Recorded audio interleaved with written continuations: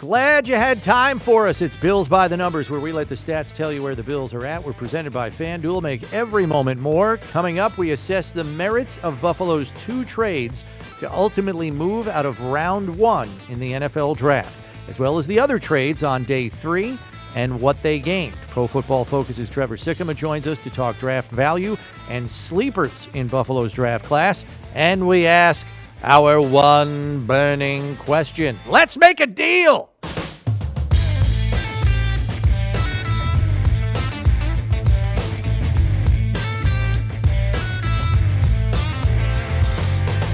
Happy to have you with us. Bills Hall of Famer Steve Tasker, Bills insider Chris Brown with you. And we open with the prevailing storyline that came out of the Bills 2024 draft from fans and national media alike. And it is the notion that Buffalo helped their playoff nemesis, the Chiefs, by trading out of their spot in round 1 at 28 in a deal with Kansas City to move back to 32, before ultimately moving out of the round entirely in a second move back to 33 with Carolina. Yes, the Chiefs landed Xavier Worthy, but they also lost a third-round pick at 95, sliding back 59 spots to the end of round 4, and then another 27 spots in round 7 from pick 221 to pick 248. The Bills went from 1 pick on day 2 to 3 on day 2. And the Chiefs went from 2 day 2 picks to 1 just to move up 4 spots in the first round. How do you square all of that, Steve Tasker, as it pertains to the Bills? Well, I thought it was a smart thing for the Bills to do. That they didn't want the guy that the Chiefs took.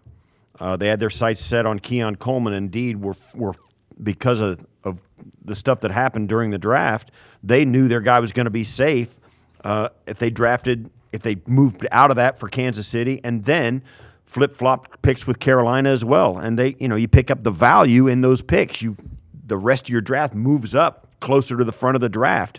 Like you said, it's 59 picks in one and 27 spots in another. You get 3 picks on day 2 instead of 1. It's huge. No question about it. And I get it, too, on the surface. It's like, gosh, the Chiefs, and they got the guy that they wanted. And I'll say this, too. Neither one of you and I talked all – you can go back and check. We didn't like Xavier Worthy. We didn't like him for the Bills. Didn't think he fit. Thought he was too slight. Yeah, we're not a fan of skinny guys. We're not a fan of super skinny guys. Right. He just wasn't right for our team. And if you think that, which Brownie and I do, and we've been saying it for weeks, never interrupt your enemy when he's making a mistake. And that's kind of what it felt like for me. The Chiefs don't make very many of them. They've drafted extremely well. And you can say, well, and they know more than I do, no question about it. But there's no doubt. The Bills didn't want the guy they picked, so let them have it. Move back, get more stuff. Maybe you'll get more of the guys you do want in the later rounds, and that's exactly what happened. Right. And for me, the Chiefs losing a third-round pick is notable. I know they're picking late in the round, but the Bills gained that pick that the Chiefs no longer have. And what the Bills did is address their defensive interior, which I think, aside from Ed Oliver and Daquan Jones, has been a revolving door of guys on one-year contracts. They needed somebody in the pipeline that's going to be here for the foreseeable future. And the best way to do that is by acquiring a rookie with a draft choice to be a part of your rotation for the better part of the next 4 years. And Dwayne Carter is that guy. So now, yes, you have Austin Johnson, the veteran, on a 1-year contract. You have Deshaun Williams on a 1-year contract as defensive tackles for this roster. But now you have somebody that you know is going to be there, that you can groom into a reliable contributor year in and year out for the next 4 seasons. And the general consensus, on Carter is this is a guy, I'm going to tell you, Brandon Beane said this after night 2 of the draft, blew me away. Absolutely blew me away about Dwayne Carter. We know he's a 3-year captain and high football IQ, lined up all up and down the line of scrimmage on the defensive line for Duke. But the thing that Brandon Beane said about Carter was, this guy is so smart that I could see him being given the freedom by the defensive staff to run pass rush games. on third down and in obvious passing situations. The last guy to do that for the Bills on a consistent basis, his name was Kyle Williams, Right. who was given the freedom from his defensive staff because he knew through film study and preparation for the opponent every week, he knew them so well based on their alignment, formation, pre-snap calls, what was coming, and would then call a pass rush game on the fly to put the defensive line in the best situation possible to get a sack, a quarterback hit, a pressure, a tackle for a loss. Brandon Beane, before Dwayne Carter's in the door, is talking about him having the football IQ to do that. I was blown away by that It comment. is a big statement, and it's something they see in these guys. They all come with different assets. Every player in the draft is a little bit different, and some of them have strengths that most of us out here don't know about. And when you start talking to them, you watch them on film, and you get guys in a room, and you say, "What were you thinking right here?" And the guy gives you an answer that opens your eyes to the kind of film study he did. Yeah. That opens your eyes to his intellect. And it's like, oh, wait, whoa. And none of the other prospects are able to do that. That tells you something about the kind of guy he's going to be different on a level that not too many people know about. Certainly there are other teams could find that out about him, but you know that then. And you put him in a place where he wouldn't have there been, higher on your board, at a place where if we trade back and get an extra pick, we got to get him. He goes from being out of reach to a guy that you're thinking, we got to find a way to get him. Yeah. That's a big jump. That's a big jump, and that's what happened with this guy. Yeah, wouldn't surprise. And Brandon Beane even said, in reference to Carter once more, after I sat down and met with him at the Senior Bowl, he said, I wrote in my notes, this guy is a man already.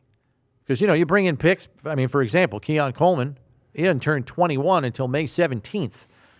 He's still growing into his body. Right.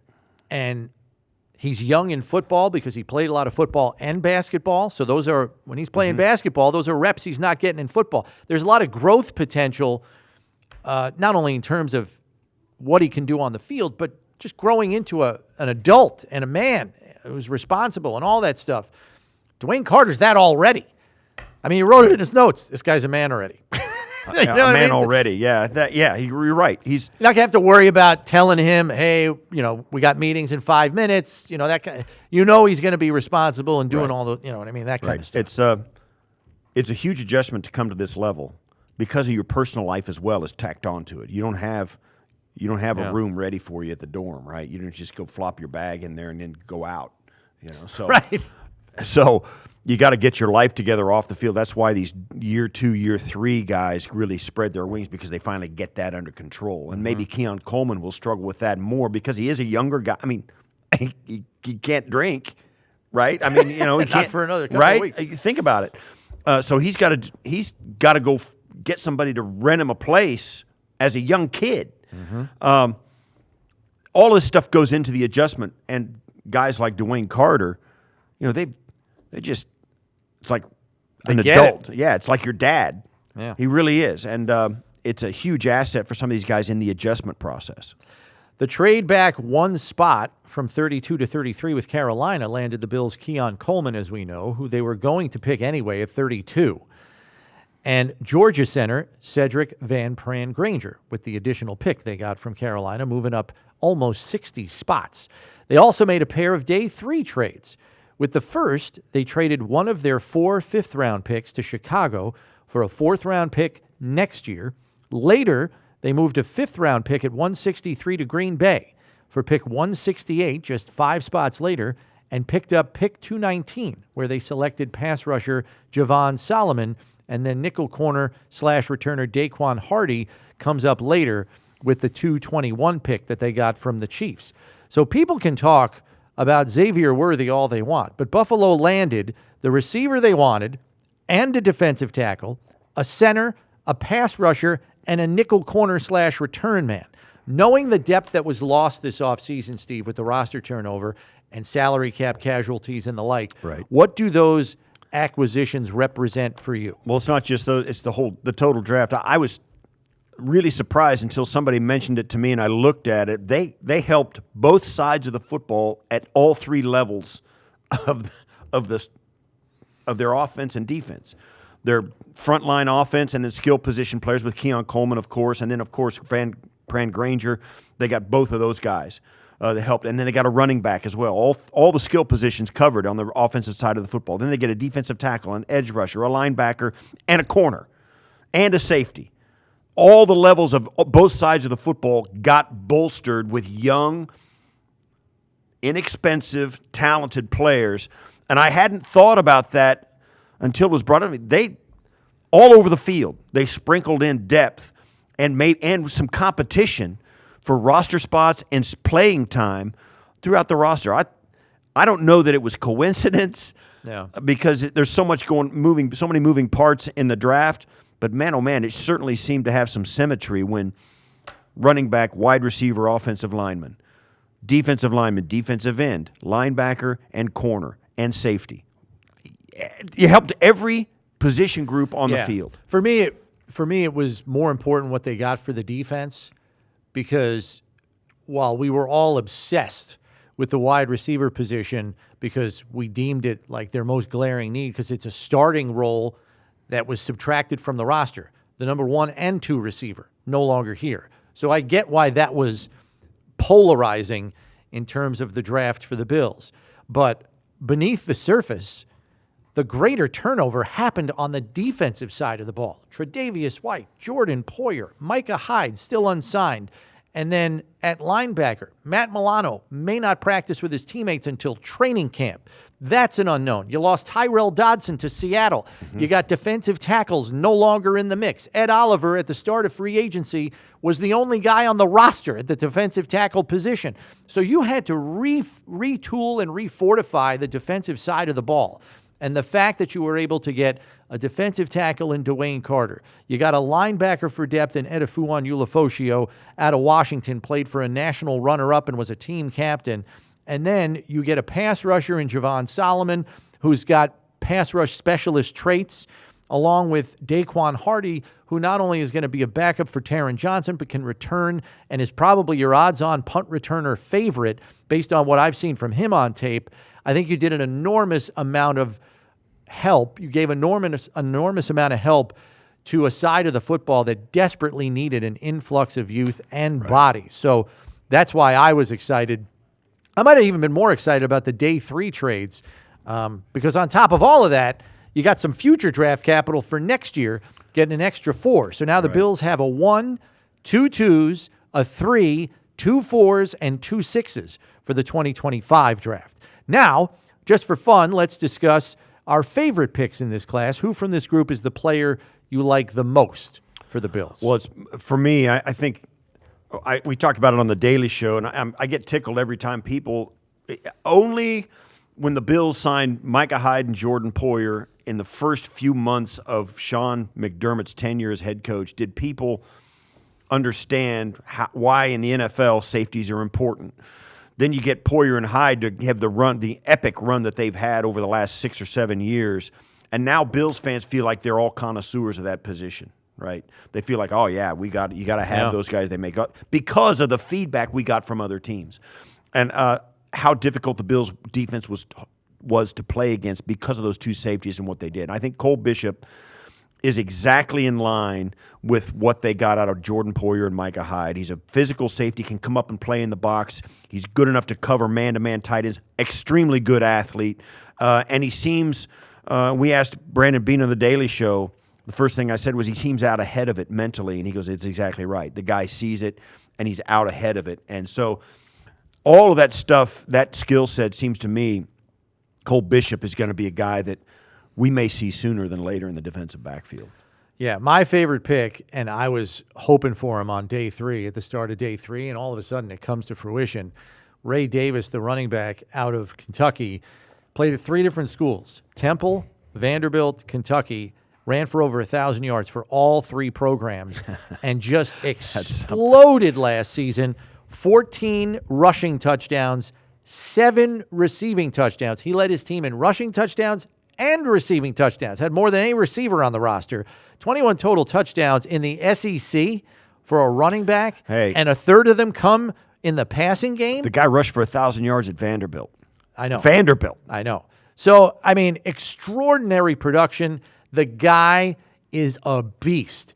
And look, I'm not going to say that people's upbringing necessarily determines who they are, but he had a lot of struggles through his childhood, parents on the wrong side of the law, in the foster care system, living with friends, family, and all of that stuff, bouncing around, no college offers. The guy persevered every step of the way through his childhood and his teen years and into his college years, and he's come out a success story. Don't think that that is lost on the Buffalo Bills for a second. They love people who persevere and get through tough times. And I think it only made Ray Davis tougher. I am excited about what he brings to Buffalo's offensive backfield, which is already stacked with James Cook and with Ty Johnson. So he's my favorite guy, and it's not even close. To elaborate more on the Bills draft class, we welcome in Pro Football Focus NFL draft analyst Trevor Sikkema to outline some of what might be beneath the surface on Buffalo's 10 draft choices. All right, pleased to have with us Trevor Sikkema, Pro Football Focus lead draft analyst and co-host of the NFL Stock Exchange podcast. And Trevor, first of all, thanks for giving us some time. We know this is a busy time of year for you, but I think the prevailing narrative from the draft, especially round one for Buffalo, has been, nationally anyway, how can the Bills help the Chiefs? They're their playoff nemesis, which nobody's going to debate they are. And we know that, they get talent and they tend to maximize it. And look, I got nothing against Brett Veach. He's been a fantastic drafter for the Chiefs the last several years. I mean, their defense was number 2 in the league, largely because of the draft he had 2 years ago. But all that being said, I think people are missing the mark here. People are focused on what Buffalo gave up, and they never focused on what Buffalo landed, which was the receiver that they wanted and a third-round draft choice in Dwayne Carter, the defensive tackle out of Duke. Look, the draft is all about going up to get your guy, right? I think that people lose sight of the fact that there are over 250 selections that get made in the draft. But in reality, I mean, teams' big boards can be, anywhere from like 60 to 90 guys total. Sometimes they're a little bit more than that, but like there are just specific players that you want on your team. So it's not like, when people say, oh, Buffalo needs a receiver, it's not like every one of the receivers is going to be high on their board or that they're going to prioritize there. So in that sense, yeah, if Keon Coleman was their guy all along and they were able to trade down twice to make it happen, that's a really good job by Brandon Beane making that happen. Obviously, given the Chiefs, Xavier Worthy, Mr. 4.2 40-yard dash, the fastest guy in the draft, obviously the optics of it don't look great. But when it's all said and done, I think that that Beane said this as well. Like, hey, we traded back because we thought that it was going to help out the Buffalo Bills. And, when we look at this trade, then we've got a trade value chart. We have Buffalo winning the value of this trade just over 50% of the time. It was close. It was a good deal, which is 52% of the time, but still getting the better of the deal, even though slightly. So look, it's all about wheeling and dealing the draft exactly the way that you need to. Of course, like like you said, the optics of it kind of hurt when you give a guy like Patrick Mahomes, Xavier Worthy. But as long as the Bills, it doesn't really matter who you're trading with. Like I've thought about this with in-division trades as well. If you think you're getting the better part of the trade, then why wouldn't you make the trade really with anybody? Sometimes it gets a little tricky if you're ever given a division rival a quarterback. Probably want to stay away from doing that. But if you think that you have the chance to better your team, you're going to do it. And that's what Buffalo did. You mentioned not only moving back and getting the receiver that they wanted, but also jumping up in the draft a little bit later to be able to take the guy on the defensive line, Dwayne Carter. Yeah, and you talk about when you're in this draft room, and it's hard enough to build your own football team with the guys you want, with the players that you think can help you win. It's harder. It's 10 times harder to do that while you're trying to sabotage another team. You really have to kind of stay in your own lane, right? I mean, you want to get the guys you think. You got to build your roster. Let the Chiefs, let the Ravens, the Chargers, let those guys build the roster the way they want to, and really try and accumulate picks and get the right guys to fill those picks out. And it seems the Bills really, when you look at it, the trade value charts and the picks they got back, and where they forced the Chiefs to move back to out of their own spots, it really seems like a masterful play. Well, I think that kind of the first part that you said is the one that matters most. Again, it's about getting those guys that you want on your roster. So if you are a team that, and maybe this is the exact situation that Buffalo was in, they think to themselves, okay, we have maybe a couple of receivers that we would be happy with in a trade back scenario. Because let's not forget, right? The Chiefs traded up. They drafted a wide receiver. 49ers, not too far after that, drafted a wide receiver.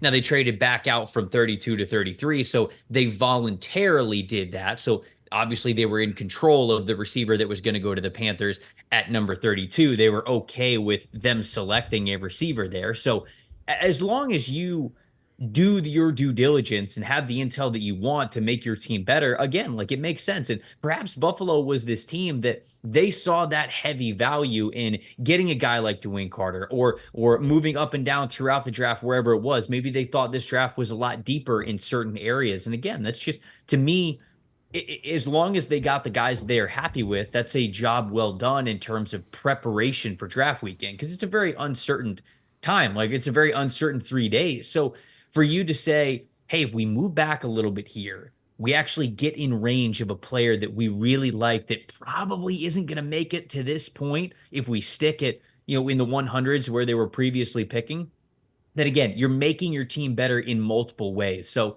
again, I thought it was kind of funny, obviously, that you're trading with the Kansas City Chiefs, but again, that's just me on the outside of things. At the end of the day, if the Bills thought that they were making themselves better by making this move, you do it, and you believe in your heart that the best of what we're going to put out there is going to beat the best of what they're going to put out there anyway. So that's just the team building emphasis that you got to have for the draft.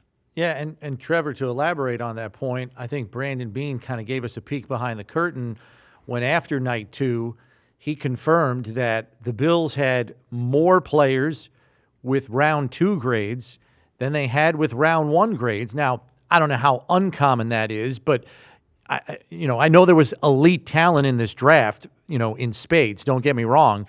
But I think at the same time, Brandon Beane saw a value for his team, because heading into the draft, he had 1 pick on night 2 for rounds 2 and 3, where he clearly saw the meat and potatoes of this class, and he parlays that into 3 picks on night 2, at 33, 60, and 95. And I think he really feels he positioned his team better by taking advantage of the value on night 2 rather than trying to move up for maybe just 1 prospect in round 1.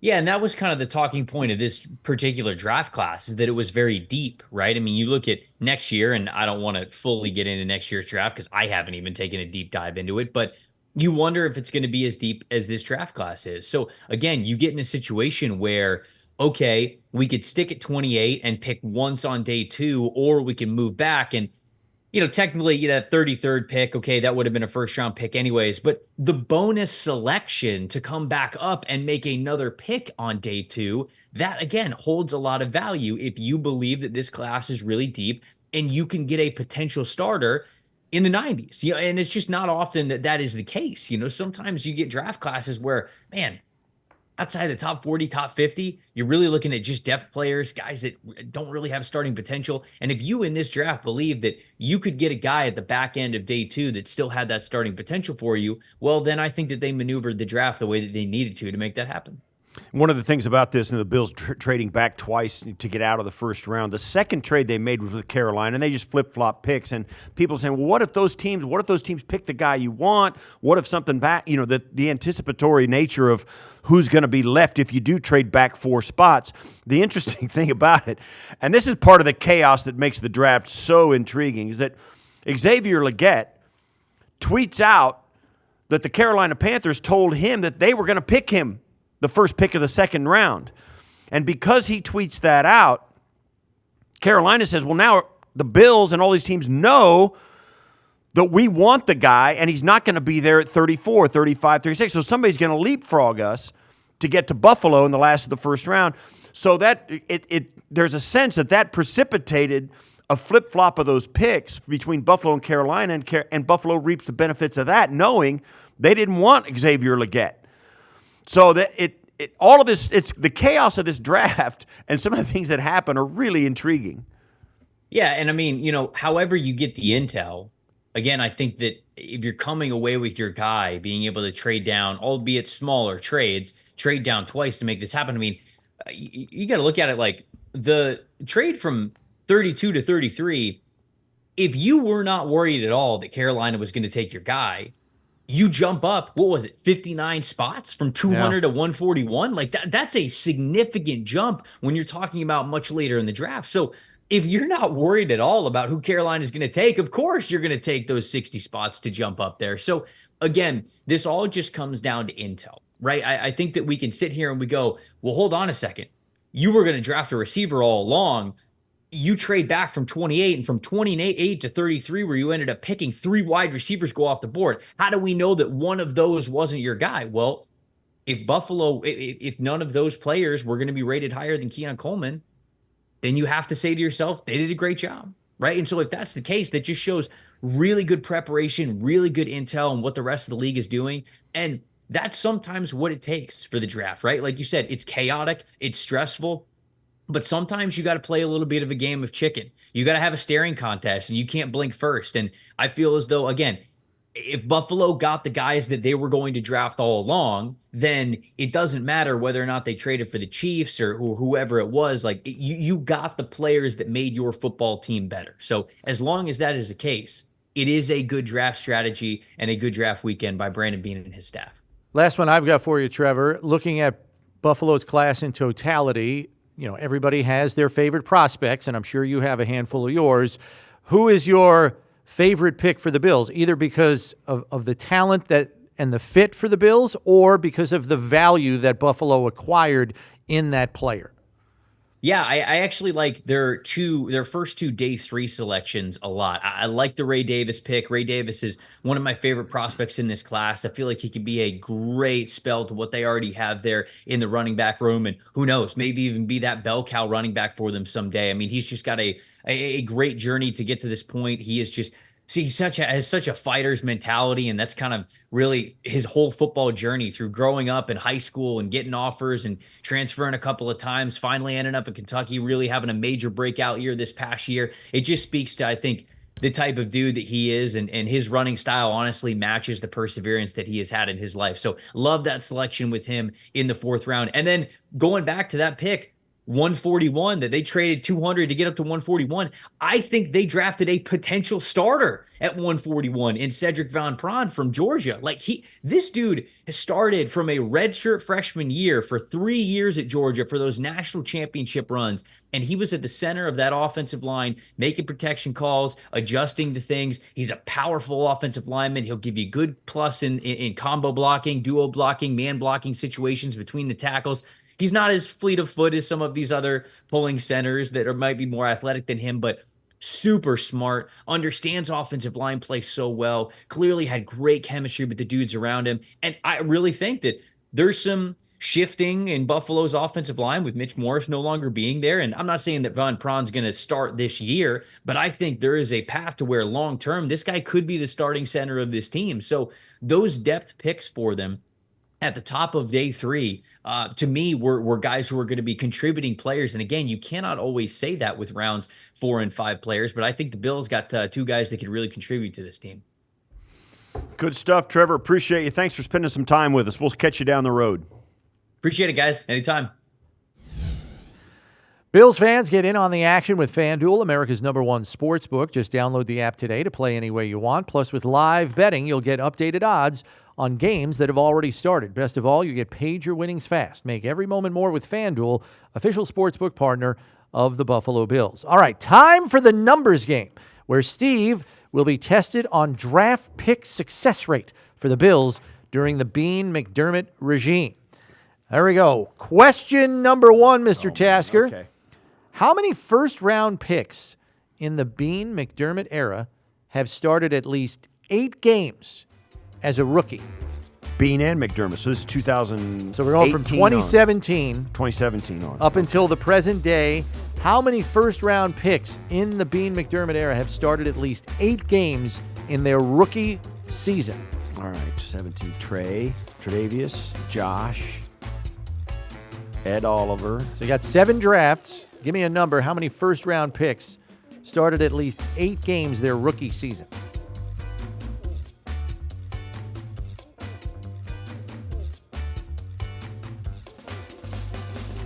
4. You're very close. The answer is 5. Does A.J. Epinesa started that many? Well, no, he's a second-round pick. He's not a first-round pick. Oh, all right. So 5 is the answer. The players, Tre'Davious White, Josh Allen. Oh, I forgot about Tremaine. Tremaine Edmonds, Greg Rousseau, and Dalton Kincaid. forgot Those are about your Tremaine Edmonds. 5 first-round picks that started at least 8 games as a rookie. Ed Oliver had 7 starts, just missed the mark. And Kyer Elam had 6 in his rookie year. Remember, he was platooning with Benford. Question number 2. Who is the lowest draft choice in the Beane-McDermott era to earn a starting job as a rookie? Drafted player. Lowest draft choice in the Beane-McDermott era to earn a starting job as a rookie. I'll say. Oh, it's got to be Christian Benford. It is Christian Benford. There's another player who could qualify technically. It's 6th-round draft choice Tyler Bass. Now, he doesn't play on offense or defense, but I get you. it's kind of a technical correct answer. I would have given it to you if you guessed him. Special teams players are always exceptions to the rule. But both were 6th-round picks. Benford only started 5 games in 2022, but he did start week 1 against the Rams in the kickoff game. And we mentioned Bass started all 16 games in 2020 as the kicker. Question 3. For Bills picks in rounds 1 through 3 in the Beane-McDermott era, what is the most popular conference from which they have selected players? Rounds 1 through 3 since 2017, most players drafted from this conference. I will say.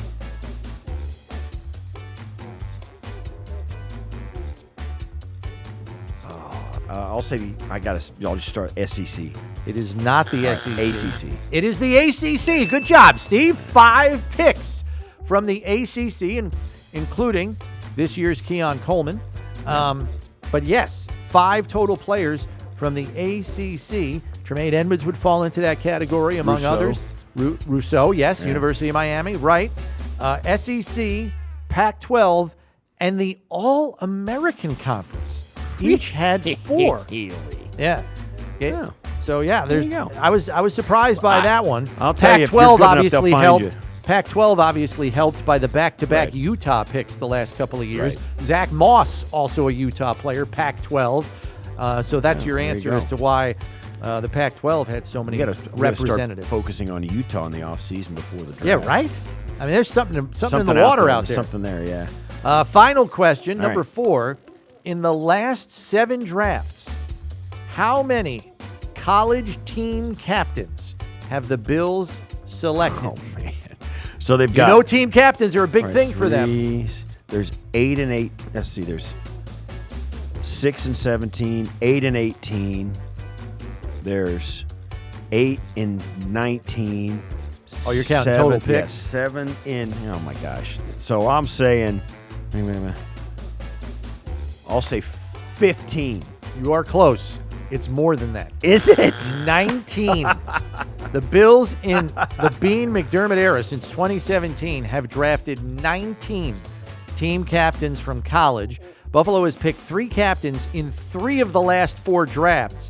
11 captains total in the last 4 drafts alone. I'm telling you, it's part of the DNA they look for. That's part Leadership. of it is not only leadership, but it's guys that you play with on a team that choose you. Mm-hmm. Mostly. I mean, sometimes, coaches do it. Yeah, I don't think team captains are Right. appointed all that much anymore by a Right. coach. It says something about the guy when he's got the respect of the players he plays with at every level. So it is part of no doubt, it's part of the vetting process that the Bills use. No doubt. Yeah. It's pretty cool, though. Like, there are a lot. 19. Yeah, isn't that nuts? It That's is. a big That's number. awesome, though. And 3 in 3 of the last 4 draft classes, at Yeah. least 3. Yeah. Time now for our one burning question, and it's pretty simple and straightforward this week. How many of the Bills' 10 draft choices, Steve, do you believe will become full-time starters? Starters. And here, I'll put the Or you on have the the class in active front of you there? rosters. I've got them. All right, here we go. I will say Coleman, Bishop, Hardford, Ray Davis, Van Prange. And I'm not saying year one. Just Yeah. develop into a full-time starter for this club. 4. 4. So who are your 4 starters? Coleman, Bishop, Ray Davis, and Cedric Van Pran Granger. Okay. Well, tell me why Davis has you. Because I think at running back, there may be games where he just ends up being the guy they stick in there. Plus, it's a brutal sport. Halfway through his second year, Ty Johnson's not here or whatever, and all of a sudden there's him, and he elevates the second guy. Somebody goes, and he's the guy. Okay. I think either by the fact that he can play and catch the ball, as you said. I mean, the guy he led the team in receiving touchdowns and running touchdowns. He's a 210-pound power back. He's only 5'8", but, Oh, he's thick all the way through. He just strikes me as being the guy that's going to, be the workhorse? At some point, he's going to be the guy standing there and saying, yeah, just put him in.